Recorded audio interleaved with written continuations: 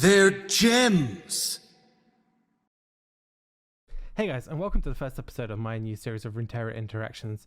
The aims of this series is primarily to bring you guys a deep dive into Runeterra's mechanics and how specific cards and mechanics work, and maybe not work potentially in some cases, and sort of weird interactions you wouldn't normally expect to see coming up from some cards that you may or may not know already about. And if you do, that's great. If you don't, this is it. This is perfect for you. And we're going to start off obviously with the first episode, which is what is prank? So what is prank? So prank is a new keyword that was released in the most recent Bandle City expansion. It's a card that allows you to pick one of two non-champion cards in the enemy's hand or deck and prank it. What exactly is a prank? Well, a prank is a negative effect on the cards that can be one of the following. For a unit-based card, it can be +2 cost, -2 power, -1 power and can't block, or -1 power and vulnerable, and for spells and landmarks it is only +2 cost.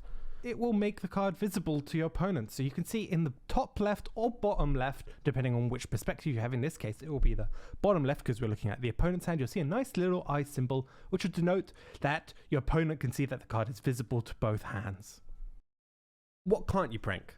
Well, the card already stipulates you cannot prank champions, but you also cannot prank cards above playable mana costs, i.e. you can't prank stuff over 13 mana. For the same, for 10 for units, the same thing.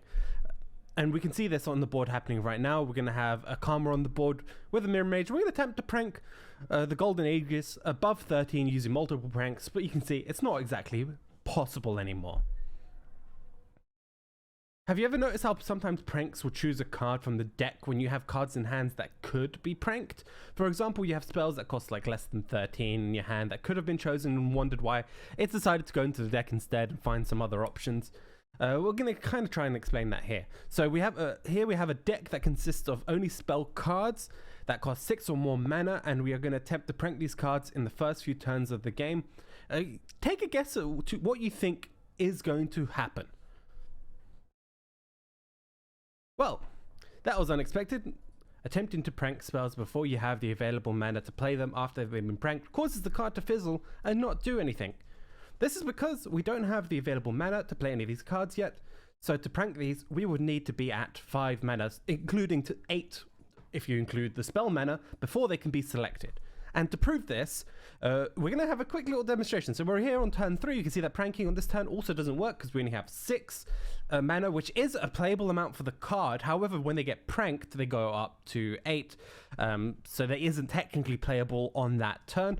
We're also going to keep pranking on every single turn throughout this, just to quickly show you guys that it will take a couple more turns before these cards can actually be selected. As you can see here, on turn 5, we do get the prank and it does work, and we can now actually start pranking some of these 6 cost cards because it will go up to 8 mana.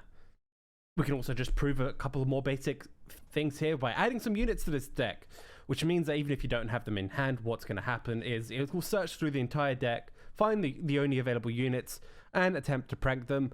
In this case, we've only got the one copy of a single unit here, and that's going to be selected obviously because it has options other than +2 cost, which will then be what will appear on the screen.